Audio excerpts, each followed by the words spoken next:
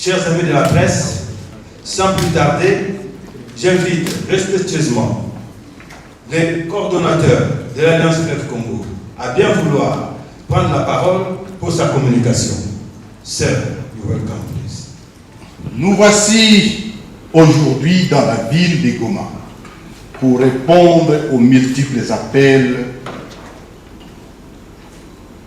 de détresse de nos compatriotes qui vivaient une situation d'insécurité sans précédent qui leur a été imposée par la coalition du régime de Kinshasa. Le seul agenda de l'Alliance Fleuve Congo est une République démocratique du Congo prospère, digne et vivant dans sa souveraineté territoriale. La balkanisation doit être rejetée par tous les Congolais de Goma à Kinshasa, du nord au sud et de l'est à l'ouest. Parler de la balkanisation, c'est de la propagande et la manipulation du même régime que nous combattons. Nous sommes Congolais. Et les Congolais sont condamnés à s'opposer à la mauvaise gouvernance, aux violations des droits de l'homme, à toute colonisation et à toutes les négations. L'Alliance Fleuve Congo a pris les armes conformément à l'article 64, alinéa 1er de la Constitution, qui stipule, tout comme a le devoir de faire échec à tout individu qui prend le pouvoir ou l'exerce en violation de la Constitution. Nous avons trouvé une ville meurtrie, la ville de Goma, traumatisée, apeurée, et une situation chaotique occasionnée des années durant par les fouillards, les pillards du régime illégitime et incompétent de M. Tshilombo. Avant de prendre la poudre d'escarpette, ils ont tué le général-major Chirimwani Peter, alors gouverneur militaire. Ils ont coupé l'eau et l'électricité. Ils ont privé la population de Goma de tout accès à l'Internet et à haute communication. C'est la méthode criminelle du régime de Kinshasa et ils revendiquent. Jusqu'hier, ils revendiquaient encore qu'ils ont coupé l'électricité et qu'ils ont coupé l'eau dans Goma. Pour relancer la vie socio-économique dans la ville, nous venons de mettre en place des teams chargés de relever les déficits après. Au niveau socio-économique, donc un team au niveau économique, financier, au niveau socio-humanitaire d'abord, au niveau économique, financier et infrastructurel, au niveau de la mobilisation et de la sensibilisation, au niveau aussi de l'assainissement de la ville, remise en état opérationnel de tous les services de base, et nous travaillons pour la communication. À cet effet, dans les 48 heures, et de bonnes nouvelles commencent néanmoins à tomber, nous lançons les travaux d'assainissement de la ville. On doit relancer les activités économiques et pour cela nous demandons à tous les gomatriciens de rentrer, que chacun va dans ses occupations normales. Nous sommes des Congolais. Nous ne sommes pas ce qu'eux prétendent de nous. Nous sommes ce que nous vous disons. Nous allons relancer les activités scolaires et académiques. Il va falloir rétablir, et c'est en urgence, la desserte en eau. Et dans les 24 heures, toute la situation sera totalement maîtrisée. Si bien qu'aujourd'hui déjà, une grande partie de la ville est déjà desserte en eau. En ce qui concerne l'électricité dans les 48 heures, ça sera la même chose, d'autant bien entendu que les travaux ce qui a occasionné ces pannes concernaient aussi bien la ligne ou Virunga, mais aussi la ligne qui vient du Sud Kivu. Mais là encore, alors que Goma dépend de Bukavu, Kinshasa a interdit toute intervention du Bukavu sur la ligne de Goma. Nous allons assurer, et nous le faisons déjà, les couloirs humanitaires sécurisés pour les déplacer dans leur milieu d'origine. D'ores et déjà, je vous informe que des milliers de déplacés qui étaient dans des camps ont commencé à regagner leur milieu naturel, d'autant plus que la route, les deux grandes routes, Rutshuru et celle qui passe par Sake, sont désormais sécurisées. La réouverture, bien entendu, des axes prioritaires d'approvisionnement de la ville, et en vivre et en non-vivre. Nous sommes ici à Goma pour y rester comme Congolais et protéger la population contre les inciviques. Nous allons continuer la marche de libération jusqu'à Kinshasa. Ikibazo nshaka kubaza perezida, twagira ngo mufashe abantu kumva mwageze i Goma, ariko hari abanyarwanda benshi bibaza umutekano wabo ko warahungabanye ubwo mwarwanaga hano. Hari icyo mwizeza abaturanyi banyu?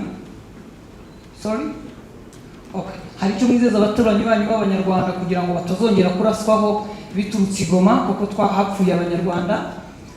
Ikindi nashakaga kubaza ni abakongomani bari hirya no hino mu nkambi, kuba mugeze i Goma murababwira ko hari umutekano, ko bashobora kuzataha mu bindi bice, muracyari mu ntambara, bagume mu nkambi.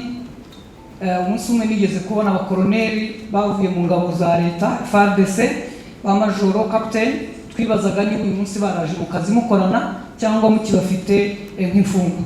La journaliste Moutessi Scovia dit que les populations qui parlent Kinyarwanda ici, quelle garantie vous leur donnez parce que vous êtes maintenant à Goma? Est-ce que leurs frères qui vivent dans les camps, ils peuvent avoir l'assurance de rentrer et ne pas être inquiétés? Il y avait aussi un officier, un colonel dans l'armée régulière congolaise qui a été tué. Y a-t-il une garantie qui sécurise ces populations d'expression Kinyarwanda? Merci. Ce qu'il faut savoir, si je peux bien résumer la question est posée à Kinyarwanda et traduite.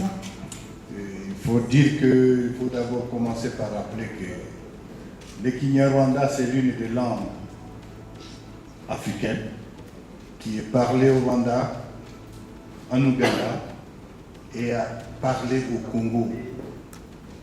C'est-à-dire qu'il y a des Congolais dont la langue maternelle est le Kinyarwanda.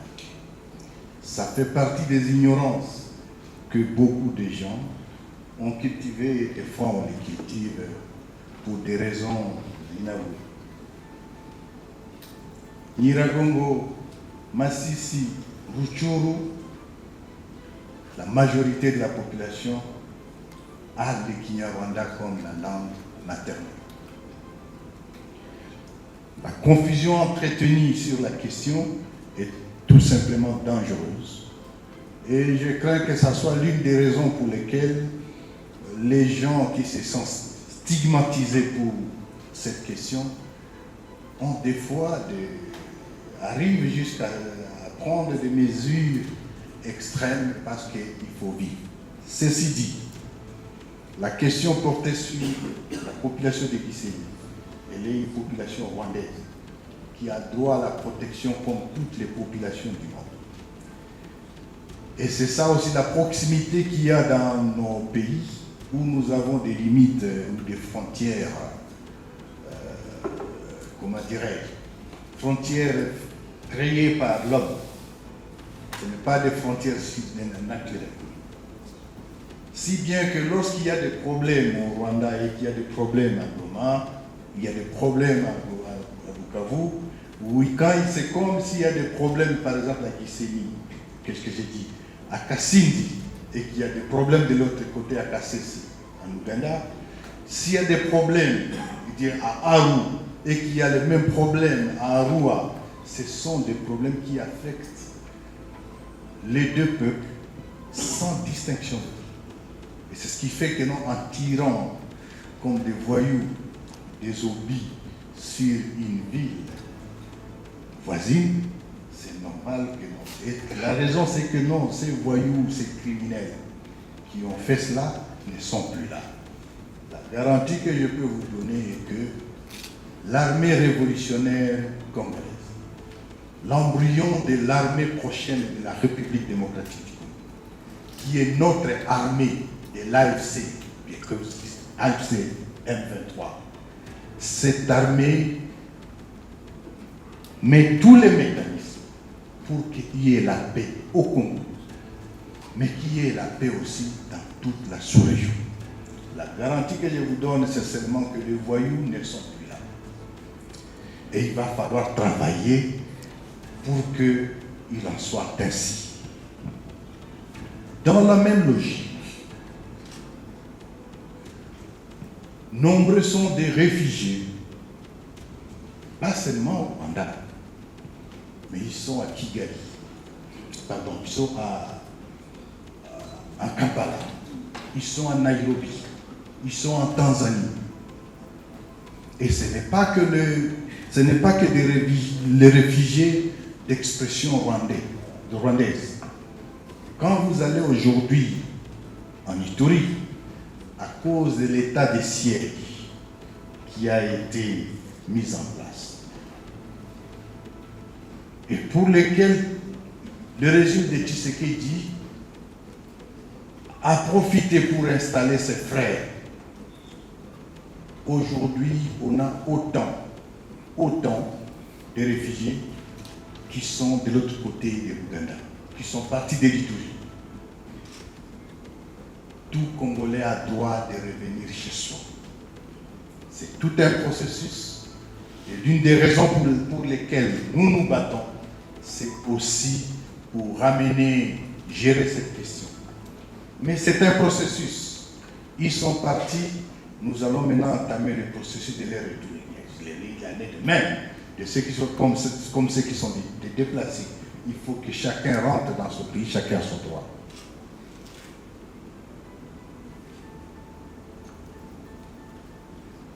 La population qui vit à Goma ou d'expression rwandaise, que cette population se sente chez soi.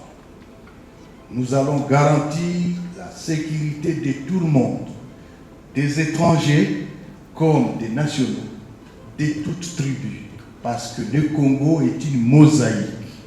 Dieu nous a heureusement, d'autres diront malheureusement, Dieu nous a heureusement donné un pays qui vit dans cette multiplicité ethnique qui constitue une richesse. Sentez-vous chez vous, sentez-vous à l'aise. L'armée révolutionnaire congolaise a pour mission de garantir la sécurité pour tous. Yavuze ko abijeje umutekano wuzuye yuko abagizi ba nabi abanzi b'amahoro twarabirukanye baragiye ahangaha muri aka gace hafi y'umupaka nta mwanzi ugihari wo kugira ngo azongere gutera amabombe hariya hakurya yice abaturanyi. Ubu tugiye kubana neza n'abaturanyi bose. Ku kibazo cy'abavuga ururimi bakongomani bavuga ururimi rw'ikinyarwanda, abijeje umutekano n'uburenganzira bwabo nk'abandi bakongomani bose. Ku kibazo cy'impunzi avuze ko impunzi zigomba gutaha, avuze ko umutekano uri kugenda uboneka wiyongera, uko wiyongera ni nako izo mpunzi z'abakongomani ziri mu bihugu byinshi, ntabwo ari mu Rwanda gusa. Mu Rwanda tuzi ko hari ibihumbi 100, mu Uganda hari benshi inshuro nkenye, muri Tanzania barahari, muri Kenya barahari, mu mahanga yose barahari. Abo bose bagomba gutaha, bakwiriye gutaha yuko iwabo amahoro yaratashye.